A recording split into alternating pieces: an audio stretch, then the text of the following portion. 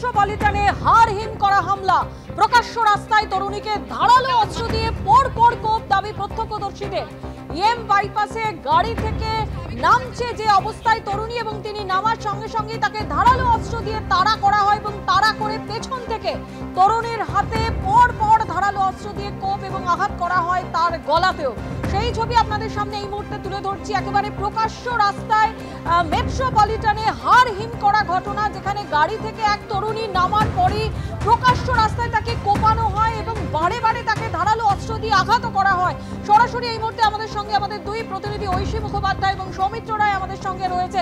ঐশী, তোমার কাছ থেকে প্রথমে জানতে চাইবো যে একেবারে প্রকাশ্য রাস্তায় এরকম একটা ঘটনা ঘটলো যেখানে তরুণী গাড়ি থেকে নামছে, সেই সময় তাকে পরপর কোপানো হলো। কে বা কারা এই ঘটনার সঙ্গে জড়িত, ঠিক কি জানতে পারছো, কি হয়েছে সেই মুহূর্তে? দেখো, ইস্টার্ন মেট্রোপলিটন বাইপাসের একদম লাগোয়া সার্ভিস লেনের পাশে জনপ্রিয় একটি রেস্তোরাঁর বাইরে এই ঘটনাটি ঘটেছে। এখনো পর্যন্ত 3 জনকে আটক করা হয়েছে। তবে ঘটনাস্থলে যখন প্রত্যক্ষদর্শীরা ছিলেন তারা জানাচ্ছেন যে একটি মেয়েকে মারধর করতে করতে গাড়ির থেকে নামানো হয়। পরবর্তীতে সেই মেয়েটি এক পায়ে জুতো পরে খুঁড়িয়ে হেঁটে যাচ্ছিল। পেছন থেকে একটি ছেলে তাকে ধাওয়া করে তার হাতে প্রথমে প্রহার করে, তারপরে তার গলার যে নলি সেই নলি কেটে দেয় এবং ছুরি নিয়ে সেই ছেলেটিকে, সেখানকার যারা প্রত্যক্ষদর্শীরা ছিলেন তারা প্রথমে ধরেন।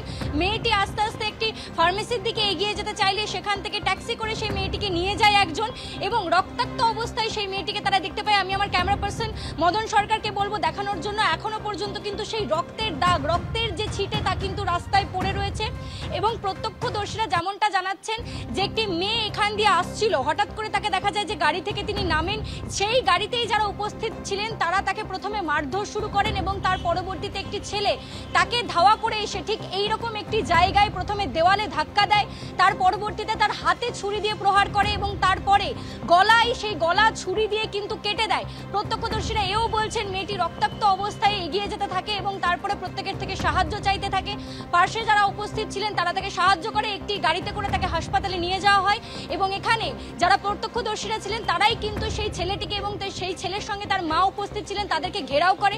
পরবর্তীতে পুলিশের হাতে তাদেরকে তুলে দেওয়া হয়। কিছুক্ষণ আগে পর্যন্ত মেয়েটির এক পায়ের জুতো, ঘড়ি, মাস্ক কিন্তু রাস্তায় পড়েছিল। পুলিশ এসে তথ্য প্রমাণ স্বরূপ সেগুলিকে নিয়ে গিয়েছে। রক্তের দাগ কিন্তু এখনো রাস্তায় পড়ে রয়েছে। এই একেবারে সেই ছবি ঐশী আমরা এই মুহূর্তে দেখতেও পাচ্ছি। ঠিক যে জায়গায় এই ঘটনা ঘটেছে, হাড়হিম করা, একেবারে মেট্রোপলিটনের উপর হাড়হিম করা ঘটনা, যেখানে প্রকাশ্য রাস্তায় তরুণীকে ধারালো অস্ত্র দিয়ে পর কোপানো হয়েছে। এমনই প্রত্যক্ষদর্শীরা এমনই জানিয়েছেন। প্রত্যক্ষদর্শীরা ঠিক কি বলছেন সেই মুহূর্তে, ঠিক কি হয়েছিল শোনাবো আপনাদের। আমরা এখানে বসে আড্ডা মারছিলাম, হট করে দেখে একটা গাড়ি, থার গাড়ি দাঁড়ায়। একটা গাড়ির ভেতর থেকে মেয়েটাকে ধাক্কা মেরে মারতে বের করা। মেয়েটা এক পায়ে জুতো পরে আর একটা পায়ে খালি হাঁটা শুরু করে, লোকের থেকে হেল্প নিয়ে জল ফল দিয়ে মুখ ধুচ্ছে। তারপর থেকে একটা ছেলে পেছন থেকে দৌড়ে হুট করে হাতের মধ্যে স্ট্যাপ করে 2 বার ছুরি নিয়ে। তার পেছনে একটা মহিলা দৌড়াচ্ছে, নিজের বোরখাটাকে খুলে তারপর হুড় করে দৌড়ে ছেলেটাকে বাঁচাতে যায় আর ইনফ্যাক্ট মেয়েটাকে মারার জন্য এগোয়। হাতে কিছু একটা ছিল। তারপরই একটুখানি এগিয়েই দেখি, যেহেতু মেয়েটাকে ওরকম ভাবে মেরেছে, আমরা পেছন গেছি, গিয়ে দেখছি মেয়েটার গলায় এরকম ভাবে মেরেছে। এই দেয়াল, এই পেছনের দেয়ালটা এরকম দেয়ালে ধাক্কা মেরে আরো মারার চেষ্টা করছে। যখন মেয়েটা গাড়ি থেকে বেরো তার মাথাটা অলরেডি ফাটা ছিল। দিয়ে মেয়েটা অ্যাপোলো ক্লিনিকের ওখানটা গেছে, দিয়ে ওকে গাড়িতে তুলে কোনো মতে হসপিটালে পাঠানো। কারণ ওই দেখে মনে হচ্ছে যে 90% চান্সেস যে ওর বাঁচবে না, এত রক্ত বেরিয়েছে ওখান থেকে। তারপর এখানে আমরা দেখি যে সবাই, এখানে যতজন ছিলেন সবাই দৌড়ে ছেলেটাকে মারতে যায়। মাটা ওখানে দাঁড়িয়ে, মানে যেটা জানা গেছে যে ওই ছেলেটার মাটা ছিল যে ওর পেছন দৌড়েছিল মহিলাটা, ওকে মারার জন্য সবাই গিয়ে তখন মহিলাটা ওখানে দাঁড়িয়ে বলছে যে আমার ছেলে কিছু করেনি, আমি কিছু করিনি, আমাদের কোনো দোষী না, মেয়েটাই সব দোষী।